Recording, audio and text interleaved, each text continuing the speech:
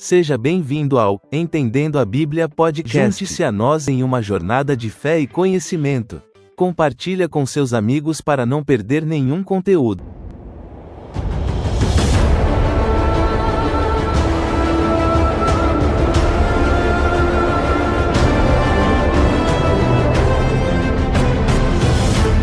Bem-vindos! Hoje a gente vai mergulhar numa figura fascinante do Antigo Testamento, Davi. Vamos usar como base um material chamado A Fascinante Jornada de Davi, Fé, Coragem e Redenção. O objetivo aqui é entender melhor essa trajetória, de pastor a um maior rei de Israel. É uma história cheia de fé, claro, mas também de coragem, erros e redenção. Exato. E o legal que a nossa fonte até ressalta é como essa história ainda fala com a gente hoje. Não é só tipo um relato religioso antigo. É quase um estudo sobre ser humano, sobre liderança, essa relação com o divino, sabe? Tem uma profundidade ali que, nossa, continua relevante. Vamos começar pelo começo, então? Que já é bem surpreendente. O chamado dele. Davi era o mais novo, cuidava das ovelhas. Nem estava na lista inicial quando Samuel foi procurar o rei. Os irmãos mais velhos, mais imponentes, foram mostrados primeiro. O que a análise no nosso material destaca ali, além da história em si. A análise foca muito numa inversão de valores. Tem aquela frase famosa, né? O Senhor não vê como o homem vê a aparência, mas o Senhor vê o coração. A leitura que a fonte faz é que isso não era só sobre escolher Davi. Era tipo assim, um recado para Israel repensar seus critérios. Aquele foco na força, no status, Deus estava olhando para outra coisa, o caráter, a essência. E essa confiança no que não se vê parece ser o motor para aquele episódio super conhecido, Davi e Golias. Puxa, o exército inteiro com medo, paralisado, e aí vai o Davi, um garoto, só com uma funda.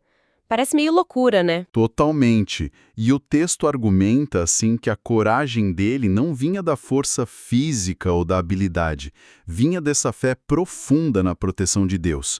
A citação dele é chave. Tu vens contra mim com espada, lança e escudo. Eu, porém, vou contra ti em nome do Senhor dos Exércitos. A fonte vê isso como ponto central. A lição que tiram dali é forte. A fé de verdade pode dar força para encarar desafios que parecem impossíveis. Avançando um pouco, a gente vê Davi já como rei. Ele consolida o poder, une as tribos, toma umas decisões bem importantes, tipo Jerusalém como capital, trazer a Arca da Aliança para lá. Aquela arca era o símbolo máximo da presença de Deus, Como a fonte analisa essa fase de liderança dele? Um ponto que a análise ressalta muito é essa dualidade do Davi líder. Ele é mostrado como um estrategista militar brilhante, que expandiu o reino. Mas, ao mesmo tempo, ele tem essa espiritualidade profunda que a gente vê nos Salmos, muitos atribuídos a ele. Essa mistura de guerreiro e adorador. O material diz que é essencial para entender ele. Só que a história não passa pano, Pelo contrário, mostra um momento terrível, o adultério com Batseba e depois a ordem para matar Urias, o marido dela. É um baque, especialmente para alguém chamado homem segundo o coração de Deus. Como a fonte lida com essa contradição toda? Pois é, e a análise não minimiza, não.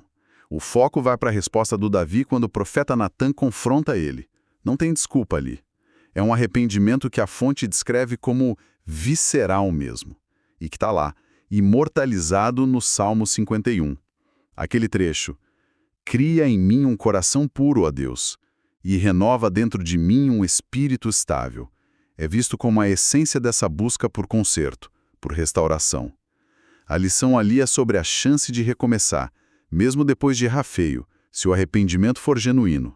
E depois desses 40 anos de reinado, com tantos altos e baixos, qual é o legado final que a nossa análise aponta? Bom, além de tudo que ele fez como rei, a fonte destaca a aliança divina, aquela promessa de que a linhagem real dele ia durar. No contexto maior da Bíblia, isso aponta para Jesus Cristo, que é chamado de Filho de Davi. A mensagem final que o material sublinha é essa. Parece que Deus usa pessoas imperfeitas para seus planos. O que importa mais é a sinceridade do coração na busca por ele, sabe? Mais do que uma perfeição que ninguém alcança. Então, resumindo essa jornada intensa que o material ajudou a gente a ver, Davi foi pastor, guerreiro, rei, poeta. Errou feio, sim, mas mostrou uma fé e uma busca por Deus impressionantes. Fica aquela ideia forte que o texto levanta. Talvez Deus não escolha os mais prontos, mas capacite quem ele escolhe, né? Exato. E isso deixa a gente com uma pergunta, uma reflexão que sai dessa análise toda. Se a própria Bíblia, como a gente viu na fonte, mostra seus heróis com tanta honestidade os acertos e os erros graves, o que isso pode dizer sobre como a gente costuma avaliar líderes e figuras públicas hoje em dia? Ou até sobre a complexidade que a gente está disposto a aceitar no potencial humano, sabe? Mesmo fora do contexto religioso. Fica aí para pensar.